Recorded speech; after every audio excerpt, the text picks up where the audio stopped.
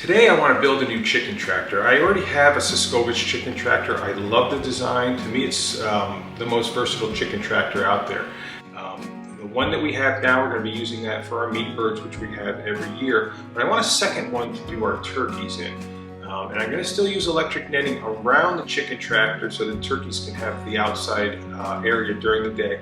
But I want to lock them in that at night, and that's because we did have an incident with a fox last year that came in and killed 7 or 8 turkeys. So we're going to build this chicken tractor. This one I'm actually going to use for the our meat birds because I am going to electrify this one, and it's a little bit of a modification from the last one that I electrified.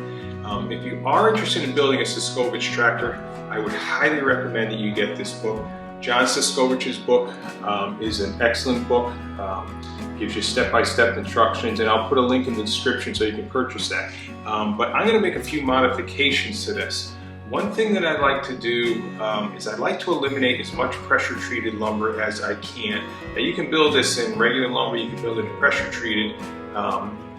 The regular lumber is obviously not going to last as long. But I'm going to use cedar, and that's what I used for our last chicken tractor. That one is 4 years old now. It still looks great, it's still solid, and so I think it'll last pretty much just as long as pressure treated will, but I don't have to worry about those chemicals. And I'm going to use 1x6 cedar decking for all my side rails because I can't get the 2x4s in cedar, so anything longer than 8 feet, and I need 12 footers and 10 footers. So we're going to use that lumber. We're going to start building this. I'm going to show you some of the modifications. I'm not going to go in depth on every single step, but we will show you some of the things that I've done differently than what the book would have you do. So one thing I do recommend doing is cutting your lumber first. This way you can just assemble all at the same time. So we're going to get a bunch of our pieces cut to size.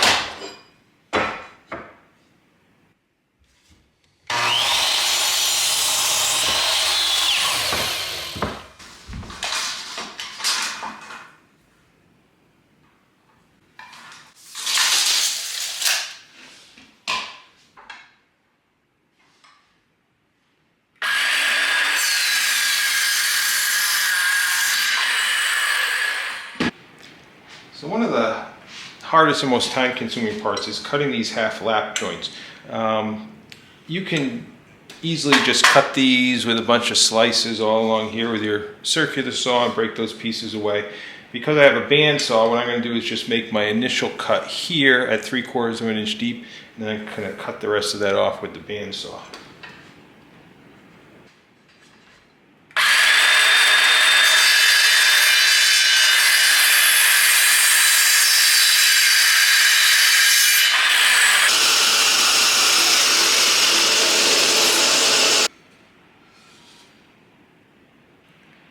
So this is the layout of my first side rail. I'm using my 1x6 decking for the long rails. Now, these ones that I just notched, I purposely left them a little bit short, the notch a little short, because I want my side rails to be 25 high. Since my hardware cloth is going to be 24, it'll give me a little space at the top and the bottom. It's going to make it a little bit harder to notch this out because I do need to notch this board by 1/4 of an inch so that this will sit flush. This will be flush on the inside for my chicken wire. So I'm going to mark these out, and then I can get my router and I'm going to cut those notches out.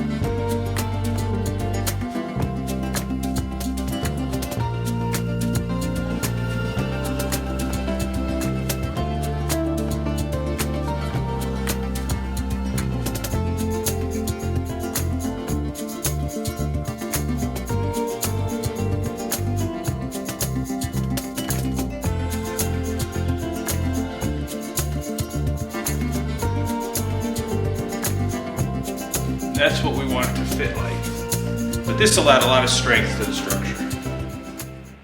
So I have my first rail pieced together here. I'm going to put a single screw in each of the joints just to hold everything in place. Then I'm going to take and I'm actually going to drill and use T-nuts and bolts to bolt it together because I'm not going to glue this. I want this to be easily repairable, so if something breaks or whatever and I want to replace a piece, I can just either unbolt it or unclip it or something like that to get it apart.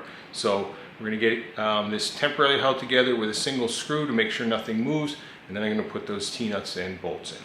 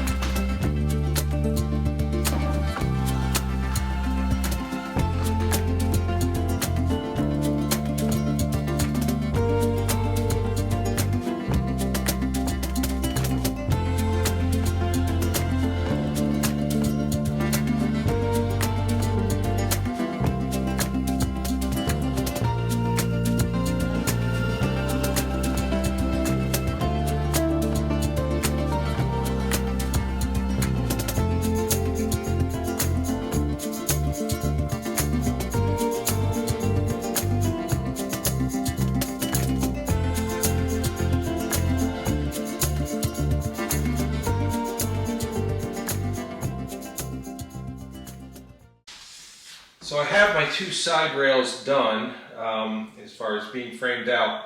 I'm going to put the chicken wire on these now because I want everything to be modular so I can take this apart and repair it if I need to. I'm going to leave a 1-inch gap because that's the thickness of my boards here. I'm just going to mark that.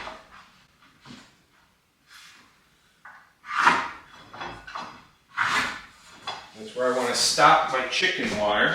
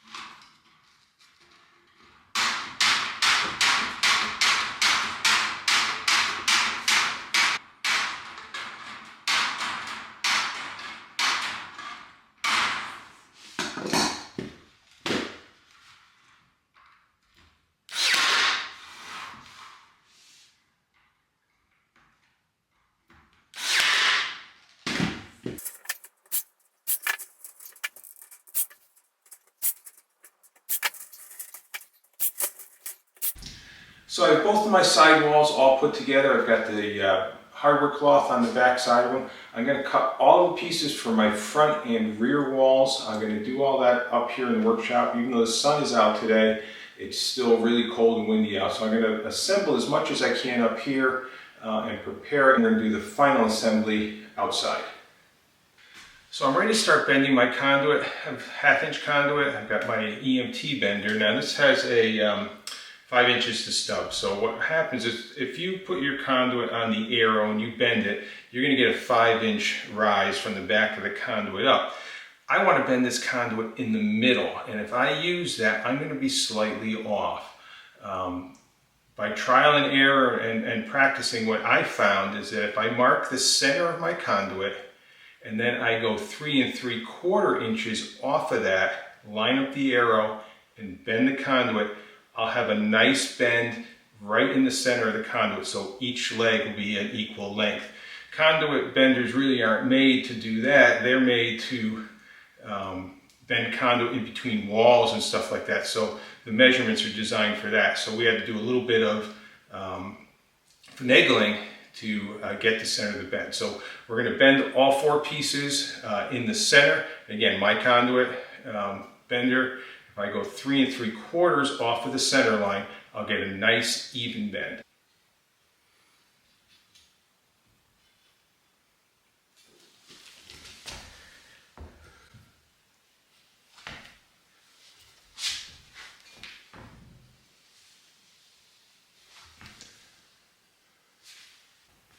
So now you can see a red mark for the center line is right in the center, exactly where we want it. So I bent my ends. I went 4 inches up because I wanted a nice flat piece to fasten these. You have to do a little finagling to get it adjusted just right. But this is what I want. So I'm going to cut my top piece for the header of my door. And then we're going to take everything outside and assemble it. Okay, I've got all my pieces laid out. Got my 2 sides, my front, my back, and my conduit. It's time to start doing some assembly.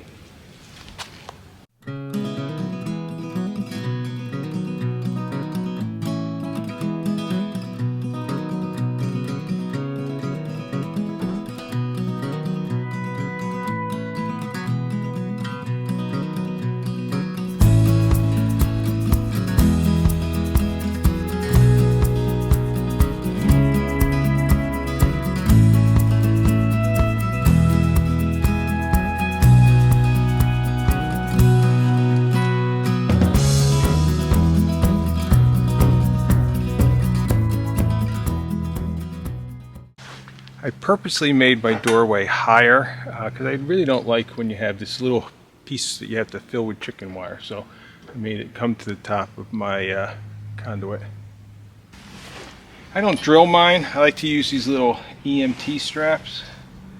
You just snap on.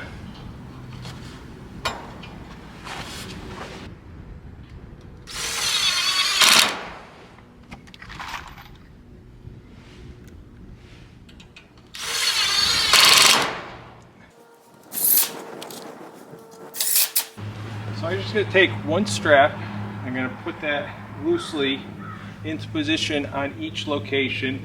The other pieces of conduit are going to be centered on these 2x4s. But if I put them on there, just one loosely, I can slide the conduit in there to hold itself. That way I don't need a second person.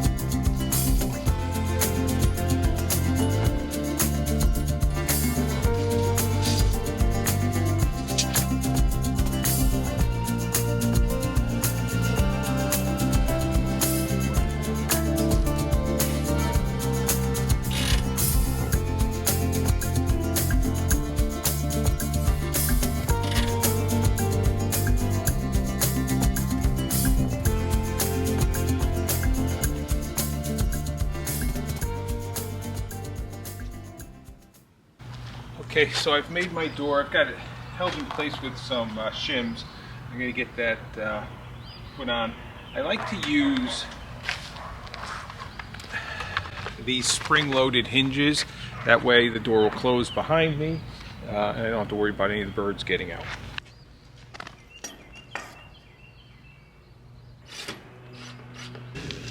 So the interesting thing with these spring latches is the center one is a little bit different. The top two have springs on them that are fixed. This one has a rod that you can adjust the spring tension or how hard or how easy the door is going to close. And then there's a little pin. And we'll tap that in to tighten it.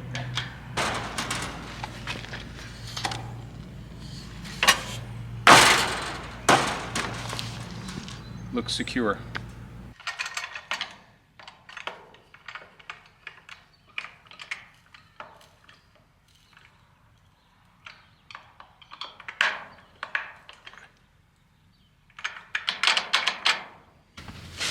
Because my door frame is 1.5 inches thick, my door is only 1 inch thick, I'm going to add these door stops at the top and the bottom. I'll put a little glue on this one.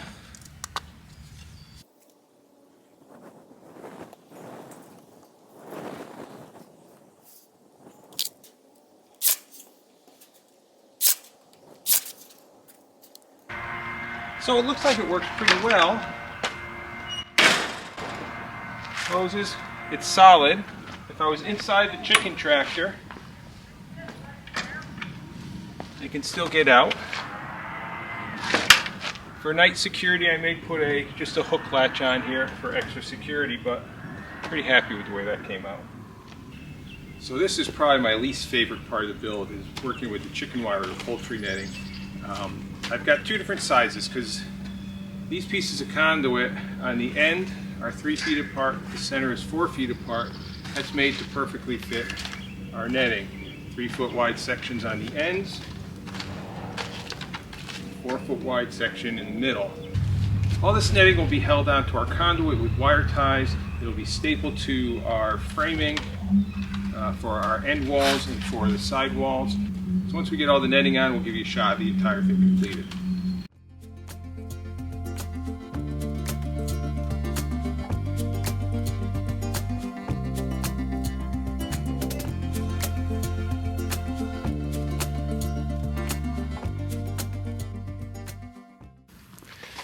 Now when I trim this, I like to make sure I always end with ends that are tied, not loose ends like this that could be sharp and poke the chicken. So I will cut these. I always have a solid closed loop, not these little pointy pieces sticking out.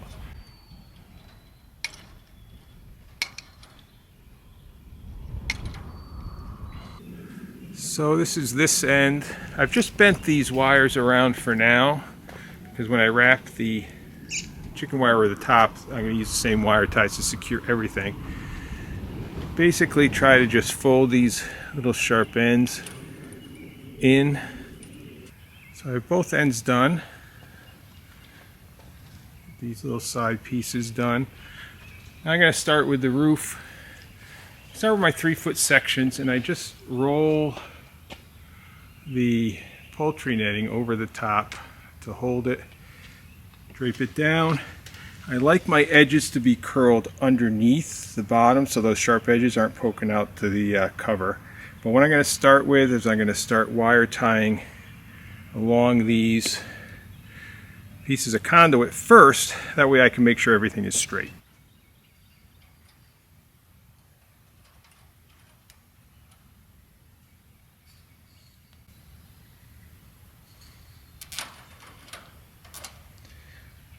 I'm going to push all these to the inside. Okay, we got the 2 3-foot sections done. Last one is the 4-foot section in the middle. So here's our Sascovich chicken tractor that we built with cedar. Got a few more things to do on it, but I think I'm going to save that for the next video.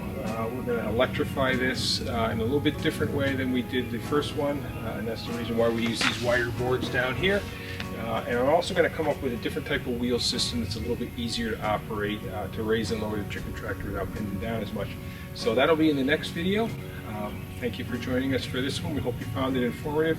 Again, I recommend you get John Sascovich's book if you're going to build one of these. Make whatever modifications you want to. We're probably going to do a few more modifications to this one, like adding perches, because I like to keep the chickens off of the ground at night. But it's a pretty intensive build. It takes a while to do, but the result is really nice. So give it a try. If you have any questions, put them in the comments below. If you haven't subscribed to our channel yet, we certainly would appreciate you subscribing to our channel. If you enjoyed today's video, give it that like button. It would help us get some more views. So we thank you once again, and until next time here on Sunny Side Up Farm, hope all your days are sunny side up.